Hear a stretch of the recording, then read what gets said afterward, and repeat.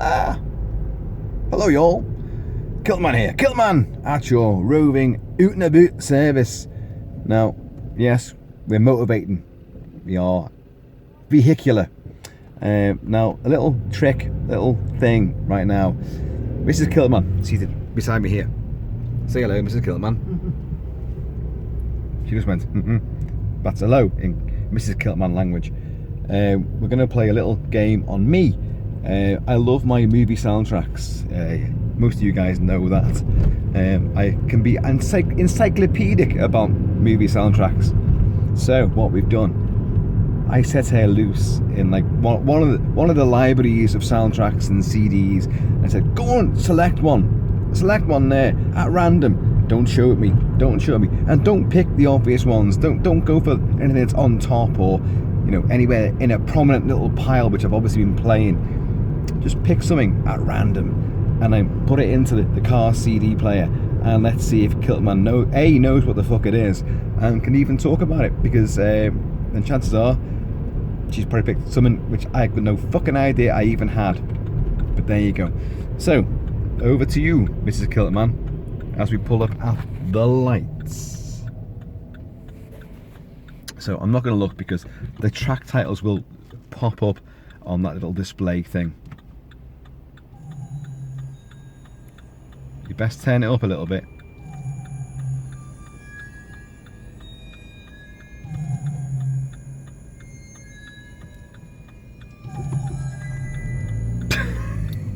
You think that'd be quite obvious, wouldn't you?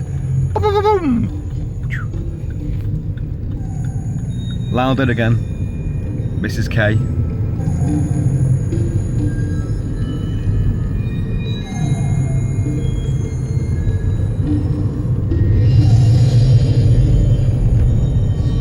Well, we're talking spacey, weird, abstract, dissonance. There's definitely synth involved there. Electronica, some very deep bass notes.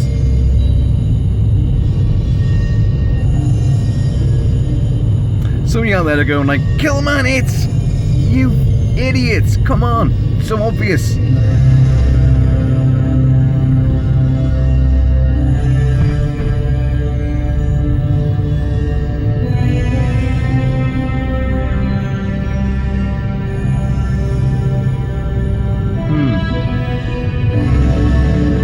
Hang on a minute.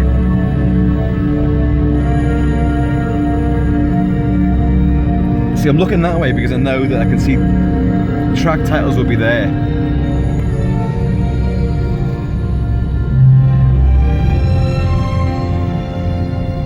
Oh, a bit of strings come in. A warmer aspect. Softening that harsh, weird, angular sort of weirdness. If you look over yonder, you'll see the liver birds, the world famous liver birds over there. There.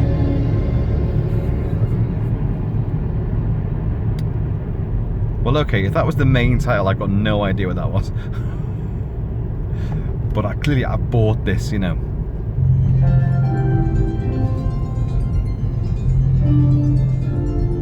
Ah, shit! It's Janet, it's Explorers. I don't know what it is, I just picked the box up. I'm going, is it Explorers? And she's going, I don't know what it is, I just picked the box up. That is Jerry Goldsmith and that is Explorers.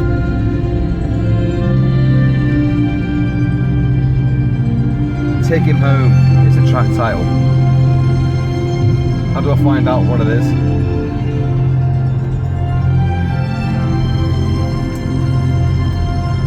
If I'm fucking wrong about this now, I'm gonna go crazy. What? Down here somewhere. Well, you fucking lost that. Ah, shit! I'm wrong. I'm definitely wrong. I got the right composer, but the wrong soundtrack. Damn fucking blast. Inner Space by the maestro, my favourite composer of all time, Jerry Goldsmith. God damn it. Well, to be fair, folks, to be fair with you, this score come out in the sort of mid-80s. At the time, Goldsmith was doing a huge slew of great electronica. Runaway, Tom Selleck, you know, with the little spider-bot things, Legend, lots of stuff with electronica in it. And it wasn't really his forte. His best thing was always orchestrals. Very often when you bring, you know, electronics into an orchestral sort of ambience, like Planet of the Apes, like Logan's Run, they were majestic classical scores, tremendous scores. This is kind of softer. It blends in. There were people around in the 80s doing better electronic scores than Goldsmith, who, as I say, is the maestro, is the guy that is my favourite composer of all time. And here's the big clincher: Inner Space. Yeah. I've only seen the film once, back when it came out, so it's not really high on my agenda of movie scores that I know, love and adore. And yet I still managed to buy the double disc fucking limited edition, which I obviously never play, but it does sound, that sound there is very similar to Explorers, which was the Joe Dante movie. Actually, did Joe Dante do this? Did Joe Dante do Inner Space? You know, I can't remember. But either way, you can hear all this weird whooshing and hissing and stuff like. Goldsmith, of course, did Alien in '79. Then he would do Outland a couple of years later, or about a year later, in fact, combining very similar aesthetics of full orchestral and weird percussion, weird ethnic instruments, and extensive electronica as well. And they were perfect blends.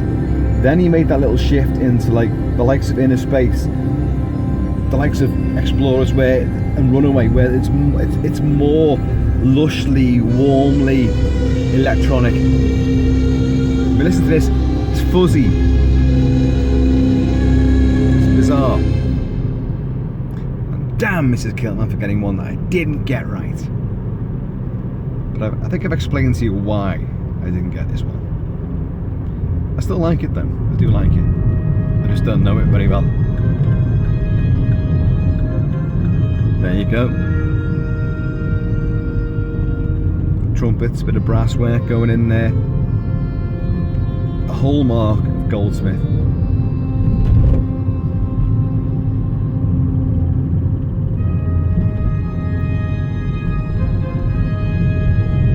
Does that not remind you of Living at First Blood? The solo trumpet, almost forlorn, militaristic, sort of semi-tragic. Listen, that's Johnny Rambo, if Johnny Rambo was in a sci-fi movie. Yeah.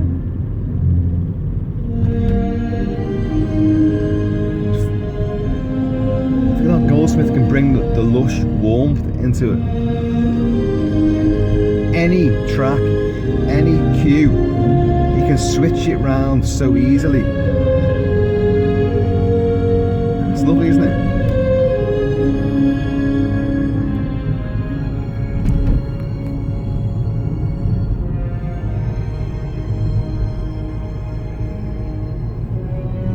Ah!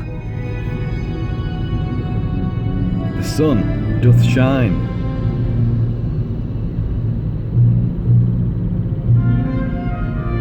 That horn play, that's lovely. The horn play and the trumpets is just gorgeous.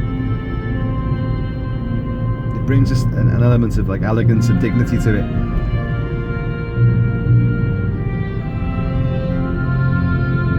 Yeah. People always love like John Williams, but John Williams if he was playing this, there'd be a hell of a lot more going on in the background. There'd be other little noodlings and instrumentation going on, which really you don't need. I love John Williams too, but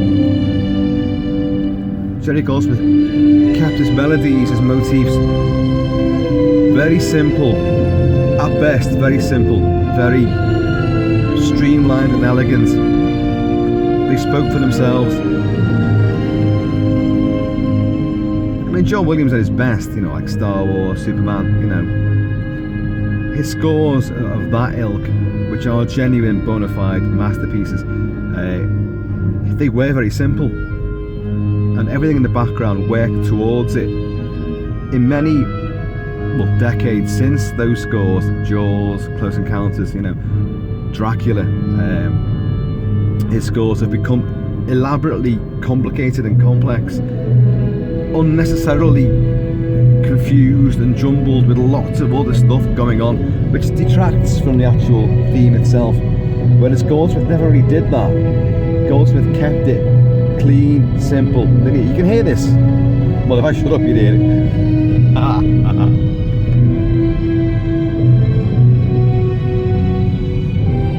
There's a pub. It's a shit one though. By the way, me and Mrs Kilt-Man used to live round here, in this neck of the woods. We've just passed through Kirkdale and we're going into Bootle right now.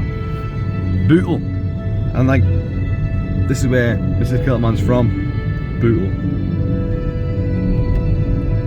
Boot Hill. Because it's bandit country around here, you know.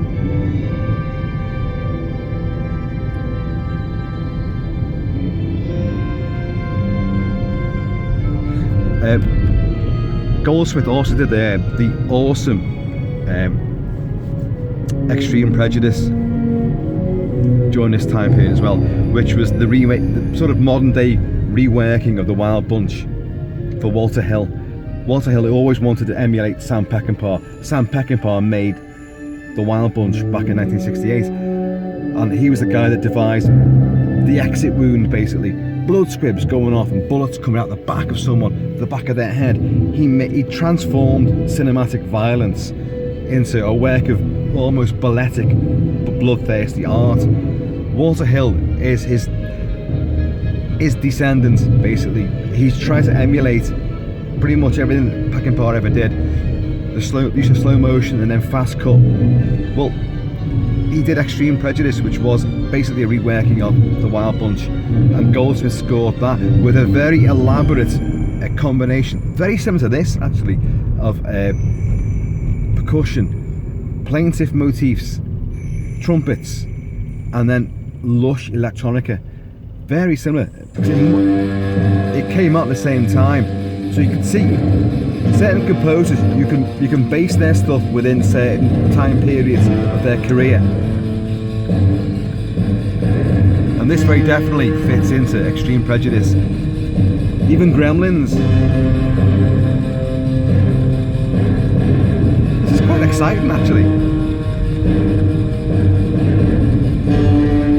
I can't see a thing.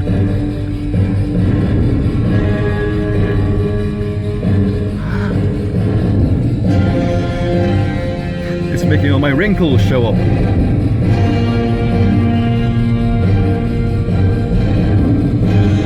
This is a good score.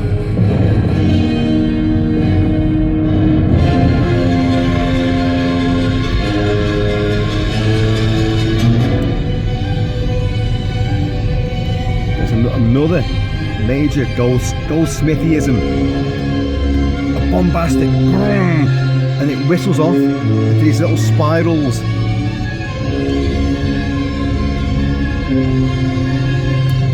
Total Recall again with Goldsmith, again orchestra and full electronic banks of synth. Very similar again. So you can see how that style throughout the 80s and into the 90s, that's the way he went. He was a pioneer. He would always use the newest thing coming through. And don't forget Planet of the Apes and Logan's Run.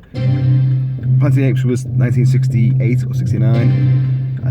Logan's run was 72, 73, something like that. And they were completely avant-garde, almost experimental soundscapes that he created, and he broke the mould. For Patton, when George C. Scott played Patton, Goldsmith brought in the Echoplex solo trumpet, and it would have this ghostly echo to it. It would do what you heard before, solo little military fanfare, and it would echo into the background, and it became known as the Echoplex. I don't think he was the first to do it, but I think he was the one that really put it on the sound scoring map. Scallies! Lots of youths dressed in black. We've got snoods and hoods, you know, and it's easy. Snood up, hood down. Possibly right now, in the current climate of virus,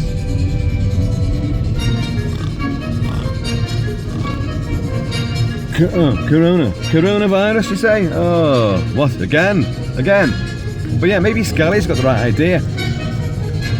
They'll be the ones who survive because they don't get any germs at all. Their faces are forever masked because they're always out robbing and knifing and fucking mugging and up to no good.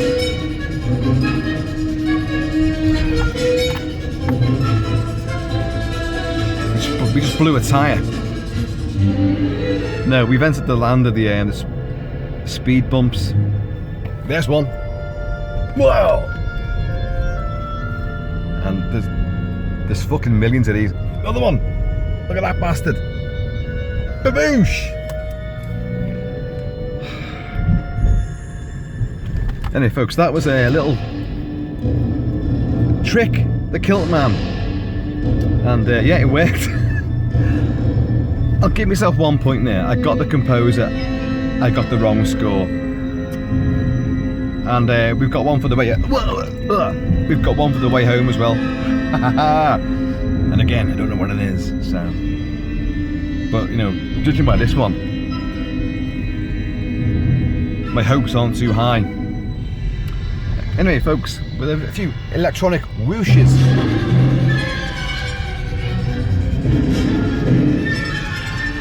Isn't it great? It's exciting, isn't it?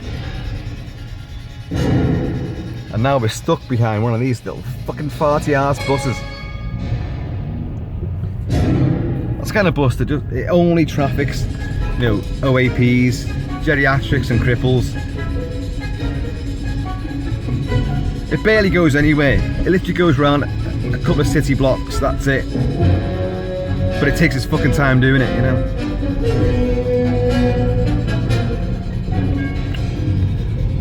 This pub always looked good. Always looked good.